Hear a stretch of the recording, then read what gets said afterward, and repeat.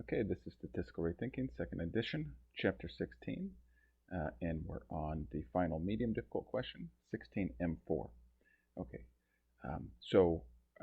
early in the chapter, as well as early in the set of medium difficult questions, we were looking at the Howell data set, predicting, I believe it's weight as a function of height.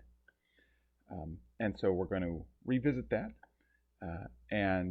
But now, so in those in 16M1, 16M2, we were building a model where we were representing humans as cylinders, and during that time, we found a volume, this is just the formula for volume of a cylinder, and then we did some manipulations to try to map that onto what we know about humans, and then we set the weight equal, or we're estimating the weight as some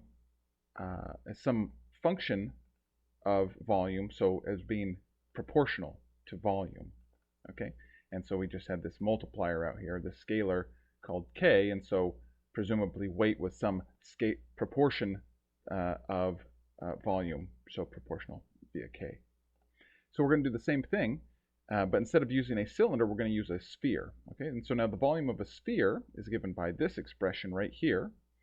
And if we're going to try to map that onto a human, then we might use this expression instead. So instead of radius, we have height. Well, remember, radius goes from the center of a circle to the to the extremity of it, and so really the radius would be a more faithful representation of that would be half the height. Okay, and so this will be our expression, and then we'll set weight proportional to sphere via j here instead of k, just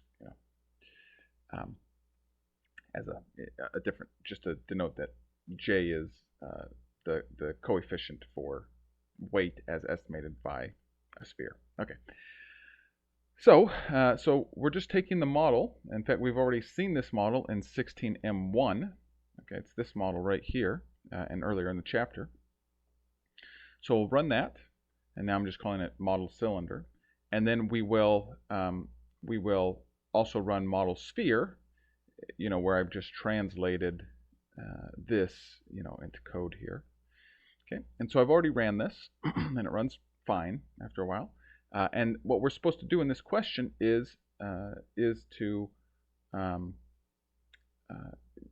say whether or not it's a better model based on a predictive basis, why or why not. Okay, so we will use PSIS, or we could use WAIC to compare the two models. And when we do that, we see that the models are basically identical, right? They give basically the same PSIS score. You just kind of march down here, and they are basically identical. In fact, the weights are almost evenly divided between the two. So which is better? Well, neither is better. They're basically identical. So, okay, I guess we'll call that good.